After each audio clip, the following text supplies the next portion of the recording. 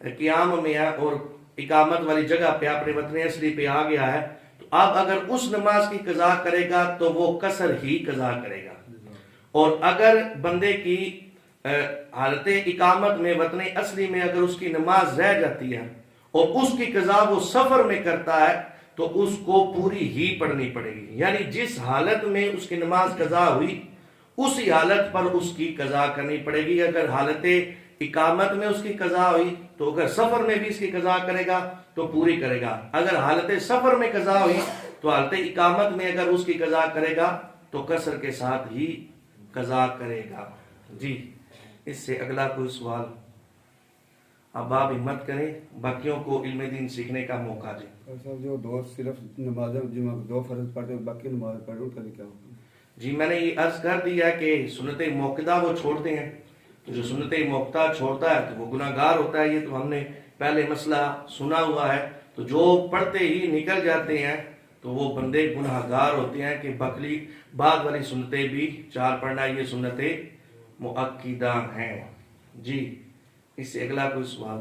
اگر 1 تولے سونا ہے اور تھوڑے سے پیسے ہیں تو سال گزر جائے تو اس کی زکوٰۃ کا کیا طریقہ ہے، اور وہ زکوٰۃ جو ہے آپ کے اس مدرسے کو بھی دے سکتے ہیں؟ جی زکوٰۃ یہ موضوع اگر زکوٰۃ کا ہم ڈسکس کریں گے تو پھر ٹائم زیادہ ہوگا. کوشش اگر کی جائے میں جواب دے دوں گا اگر کوئی سوال کرنا چاہتا ہے تو اس کا، لیکن نماز کے حوالے سے ہی اگر کیا جائے تو بہتر ہے. کسی بندے کے پاس اگر 1 تولے سونا ہے اور کچھ نقدی ہے، اس کے پاس کچھ پیسے ہیں، اس کے پاس بینک بیلنس ہے اس کا، اس نے گھر میں رکھے ہوئے ہیں یا اس نے سیو کیے ہوئے ہیں، تو اگر اس پر سال گزرتا ہے تو اس پر زکوٰۃ ہوگی. یہ آپ کے ذہن میں ہے کہ زکوٰۃ تو 7.5 تولے پر ہوتی ہے، تو یہ بات ذہن میں رکھیے گا وہ اس صورت میں ہے کہ جب اس کے پاس اگر صرف سونا ہے 1 تولے 2 تولے 3 تولے 4 تولے 5 تولے 6 تولے 7 تولے، اگر فقط اس کے پاس صرف سونا ہے، سونے کے علاوہ نہ کوئی اس کے پاس نقدی ہے، نہ اس کے پاس چاندی ہے، نہ اس کے پاس مال تجارت ہے، یعنی سونے کے علاوہ اور کچھ بھی نہیں ہے، تو پھر 7.5 تولے پر جو ہے اس کو زکوٰۃ ہوگی. اگر کسی کے بعد تھوڑا سا سونا، تھوڑی سی چاندی، تھوڑی سی نقدی، تھوڑا سا مال تجارت ہے تو وہ ساری چیزوں کو جمع کرے گا اور 52.5 تولے چاندی کے برابر اگر اس کی رقم بنتی ہے تو اس بندے پر زکوٰۃ ہوگی. وہ آج کے اس دور میں تقریباً آج کا جو آج کل ریٹ چل رہا ہے چاندی کے لحاظ سے وہ تقریباً 1,30,35,000 روپے بنتے ہیں. یعنی اگر کسی بندے کے پاس اتنی سیونگ بھی ہے اور سال گزر گیا ہے تو وہ صاحب نصاب ہے، اس پر زکوٰۃ ہوگی. مال تجارت، سونا، چاندی اور نقدی جو ہے پرائز بانڈ وغیرہ بھی رکھے ہوتے ہیں وہ بھی اس میں شامل ہوں گے. یہ ساری چیزیں ملا کر اگر اس کی اتنی رقم بنتی ہے حاجت اصلیہ کے علاوہ تو اس بندے پر زکوٰۃ ہوگی. جو سوال انہوں نے کیا اس میں چونکہ 1 تولے سونا ہے اور اس کے علاوہ کچھ نقدی بھی ہے اس کے پاس سیونگ حاجت اصلیہ کے علاوہ، تو اب ان دونوں کی اگر رقم ملائی جائے تو سونا غالباً 2 لاکھ کے قریب ہے 1 تولہ، اتنا ہے نا تقریباً. جی 2 سے اوپر ہے، چلے 2 ہی کر لیں میں مثال سمجھانے کے لیے. تو 2 لاکھ 7 نقدی بھی ہے، دونوں کو اگر ملایا جائے 7 اس کے 10,000 روپیہ نقدی ہے تو اب 2 لاکھ اور 10,000 وہ رقم بن گئی 2 لاکھ اور 10,000. تو ظاہر ہے پھر 1,30,35 پر اس پر زکوٰۃ تھی تو وہ اس کی زکوٰۃ ادا کرے گا کیونکہ وہ رقم 1,35,000 سے بڑھ گئی ہے تو اس لیے وہ اس کی زکوٰۃ ادا کرے گا. جی 1 لاکھ کے اوپر کتنی بن جائے گی؟ جی اس کا آسان طریقہ کار یہ ہے کہ جتنی بھی آپ کی رقم بنتی ہے نا ساری چیزوں کو جمع کریں، سونا، چاندی، مال تجارت، نقدی، سب کچھ جو ہے اس کو جمع کریں اور جتنی رقم بنے اس کو 40 پہ اگر تقسیم کریں نا تو جو جواب آئے گا وہ زکوٰۃ ہوگی. ٹھیک ہے، وہ 2.5% بن جاتی ہے. تو اس طرح اگر آپ 40 پر تقسیم کریں نا تو جو جواب آئے گا تو اس طرح وہ اس کی زکوٰۃ والی رقم جو ہے وہ نکل کر باہر آ جائے گی، وہ اتنی زکوٰۃ ادا کر دے گا. 100 پر اگر 40 کو تقسیم کریں تو اس کو 2.5 ہی جواب آئے گا. اسی طرح اگر 1000 کو کریں تو وہ 250 بنتا ہے، 25 روپے بنتے ہیں. 40 پہ تقسیم کریں تو وہ اس کی زکوٰۃ ہوگی. جی اس کے علاوہ سوال؟ ماشاءاللہ پچھلی دفعہ تو کافی نے سوال کیا تھا، اس دفعہ پتہ نہیں کیوں خاموش ہے. تیمم میں نیت فرض ہے اور جی۔ وضو میں فرض نہیں ہے، اس کی کیا وجہ ہے؟ جی تشریف رکھیں۔ تیمم میں نیت فرض ہے اور وضو میں نہیں ہے، چونکہ پانی کی اصل ہی پاکی ہے، یعنی پانی ایک بندہ بغیر نیت کے بھی اس پر غسل تھا، وہ جنبی تھا، تو بغیر نیت کے ہی اگر وہ ایک نہر میں جو ہے وہ غوطہ لگاتا ہے اور اس پہ چلتا پھرتا ہے، جسم پر 2 قطرے پانی اس کے گزر جاتا ہے، تو اب بغیر نیت کے بھی اگر وہ اس میں نہر میں ڈوب جائے گا اور غوطہ لگا دے گا تو اس کو پاکی حاصل ہو جائے گی، کیونکہ پانی کی اصل ہی پاکی ہے۔ تیمم میں نیت اس لیے ضروری ہے کیونکہ تیمم میں جو ہم گرد وغیرہ سے یا جس زمین کی جنس سے ہم تیمم کرتے ہیں تو یہ بامر مجبوری ہے، اور مٹی کو اس لیے استعمال نہیں کیا جاتا، اس لیے تیمم میں نیت کو فرض رکھا گیا ہے۔ جی، ایک بندہ فار ایگزامپل وہ تیمم کی حاجت نہیں ہے اور وہ اپنے جسم پر جتنے کام نے مسح کرنا ہے، ہاتھوں کا اور چہرے کا، تو مٹی سے مل لیتا ہے بغیر نیت کے، تو تیمم میں چونکہ مٹی استعمال ہوتی ہے، گرد استعمال ہوتی ہے، تو وہ اس کی اصل یہ نہیں ہے، اس طرح اس کا تیمم نہیں ہوگا جب تک وہ نیت نہیں کرے گا۔ جی، عورت کی نماز جنازہ کے بعد اس کو کندھا دینے کے لیے غیر محرم دے سکتا ہے؟ جی، غیر محرم کندھا دے سکتا ہے، اس میں کوئی حرج نہیں ہے، عورت کے میت کو غیر محرم کندھا دے سکتا ہے، البتہ قبر میں نہیں اتار سکتا غیر محرم۔ جی، اگلا سوال۔ میرا سوال ہے کہ اگر امام صاحب پہلی رکعت میں یعنی کہ قرات کر رہے ہیں، جی، ٹھیک ہے، تو بندہ پیچھے سے آیا تو پہلی رکعت میں ہے، تو جو ثنا ہے وہ لازمی پڑھنی ہے؟ جی، اگر بندہ جماعت کے ساتھ ملا ہے اور امام صاحب نے قرات شروع کر دیا تو اب وہ ثنا نہیں پڑے گا، کیونکہ قرات کو خاموشی کے ساتھ سننا یہ ضروری ہے۔ وَإِذَا قُرِئَ الْقُرْآنُ فَاسْتَمِعُوا لَهُ وَأَنصِتُوا لَعَلَّكُمْ تُرْحَمُونَ، جب قرآن پڑھا جائے تو خاموشی کے ساتھ سماعت کرو اور خاموش رہو، یہ قرآن کی آیت ہے، اور تمام مفسرین نے کہا کہ اس سے مراد نماز ہی کی قرات ہے۔ تو جب ہم آئیں گے تو اگر امام صاحب قرات شروع کر دی تو اب ثنا نہیں پڑھیں گے، اور ثنا نہ پڑھنے سے نماز میں چونکہ حرج واقع نہیں ہوتا، یہ سنت ہے، تو یہ اگر ثنا نہیں بھی بندہ پڑھتا تو اس سے بندہ جو ہے وہ اس کی نماز میں کوئی حرج واقع نہیں ہوگا۔ نماز کے 7 فرائض میں سے ایک فرض ہے قیام، جی، جبکہ اکثر ہم نوافل بیٹھ کر پڑھتے ہیں، اس میں تو قیام فوت ہو گیا ایک، اور دوسرا کچھ لوگ جو ہے معذوری کی وجہ سے، کسی پریشانی کی وجہ سے بیٹھ کر نماز پڑھتے ہیں، جی، لیکن پہلی رکعت وہ پیچھے کرسی رکھی ہوتی ہے، کھڑے ہوتے ہیں، قیام کو قائم کرتے ہیں، قیام ادا کرتے ہیں، لیکن اگلی رکعت میں جو ہے وہ قیام کو بھول جاتے ہیں، بیٹھ کے وہ جب سجدے سے یا تشہد سے واپس آتے ہیں وہ کرسی پر ہی بیٹھتے ہیں، قیام اپنا کرتے نہیں، کیا ہوگا؟ میں یہ بڑا اہم ترین مسئلہ انہوں نے ڈسکس کیا اور یہ سوال کیا، یہ بہت زیادہ یہ مسائل ہے اس حوالہ سے، کرسی کے حوالہ سے، لیکن اب صرف میں ایک عرض کر دیتا ہوں تاکہ جو ہے نا وہ بات اتنی صرف سمجھ میں آ جائے کہ اگر کوئی بامر مجبوری کرسی پر نماز پڑھتا ہے تو وہ کیا کرے گا۔ یہ بات ذہن میں رکھے گا، یہ عقیل بھائی چیئر ادھر لے آئے، پہلی صف پر نا ایک چیئر لے آئے۔ تو اب بامر مجبوری، اگر کوئی مجبوری کی وجہ سے قیام نہیں کرتا، ایک تو ہلکی سی تکلیف کی وجہ سے وہ قیام نہیں کرتا تو اس سے تو نماز ہی نہیں ہوگی۔ ہم نے یہ سنا ہے وطر میں، عیدین میں اور فرضوں میں اور سنت فجر میں، یہ 4 چیزوں میں اگر قیام نہیں کرتا تو نماز ہوگی نہیں۔ لیکن بامر مجبوری یعنی اتنی تکلیف ہے اس کو کہ وہ قیام نہیں کر سکتا، تو اب پھر اس کے لیے کیا حکم ہے۔ یہ چیئر میں آپ کو کر کے دکھاتا ہوں، یہ کیمرہ بھی پیچھے کر لیں، یہ تھا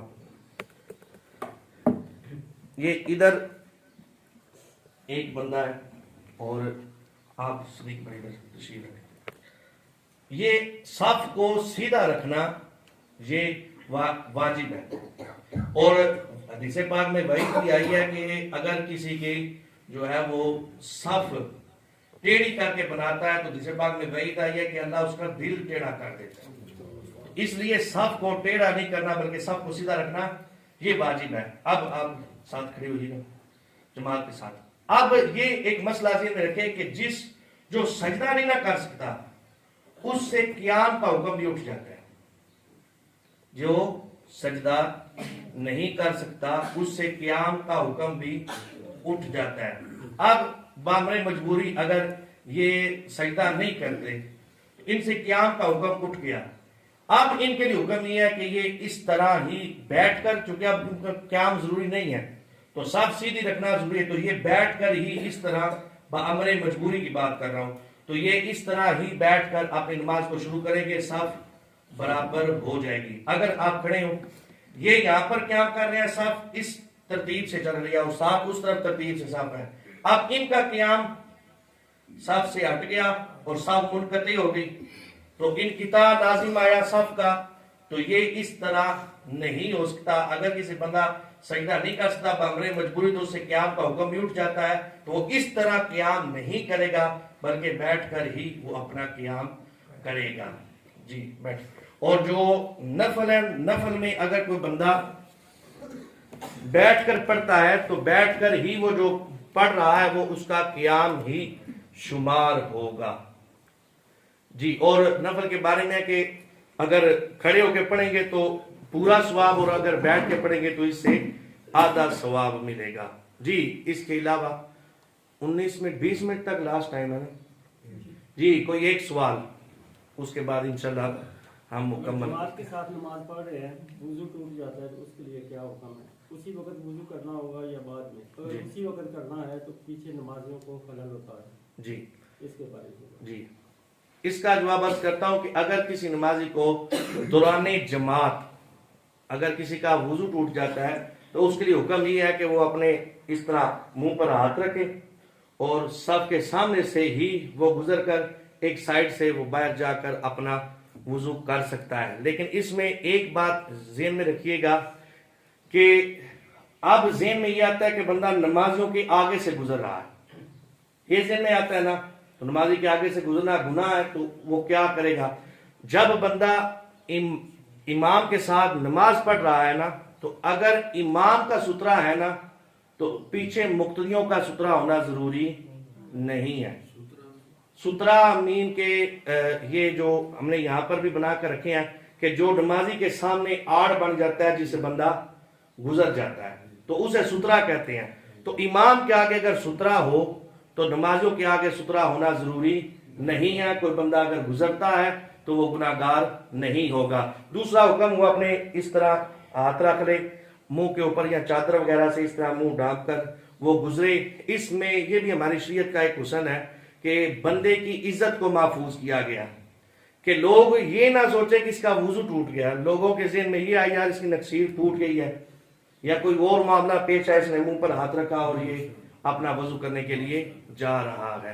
تو اس طرح پھر ایک ہی سوال تھا، تو یہ طریقہ کار ہے اس کا کہ وہ آگے سے گزر کر پیچھے جا کر اپنا وضو کر لے گا.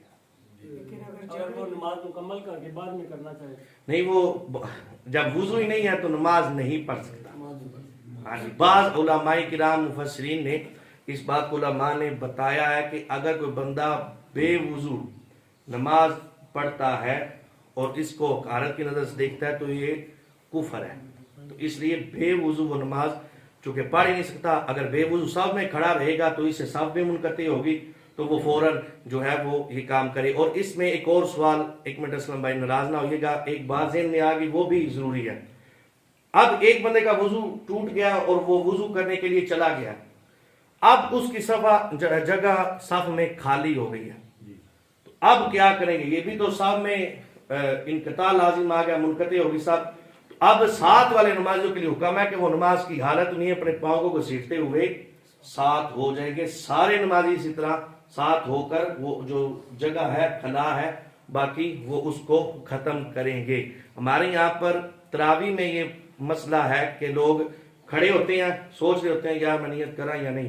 وہ سب نے نیت کر لی ہے، یہ ابھی سوچ ہی رہا ہے، بعد میں چل یار میں باہر پھیرا لاؤں، تو باہر چلا جاتا ہے، وہ جگہ خالی رہ جاتی ہے. تو اگر تراویح میں بھی معاملہ اگر یہ پیش آئے تو اب ساتھ والے نمازوں کے لیے حکم یہ ہے کہ وہ خلا کو پورا کریں، ساتھ مل جائیں تاکہ جو ہے وہ سب منقطع نہ ہو. وضو ٹوٹنے کے بعد استنجا بھی ضروری ہے. نہیں، وضو کرنے کے بعد استنجا ضروری نہیں ہوتا. بعض آپ اس کو یہ گمان کرتے ہیں کہ ریح خارج ہو جائے تو اس کے بعد استنجا ضروری ہوتا ہے. تو ریح خارج ہو جائے یعنی ہوا خارج ہو جائے تو اس کے بعد استنجا کرنا ضروری نہیں ہے. وہ فقط وضو کر لے تو اس کا وضو ہو جائے گا. جی ارشد بھائی.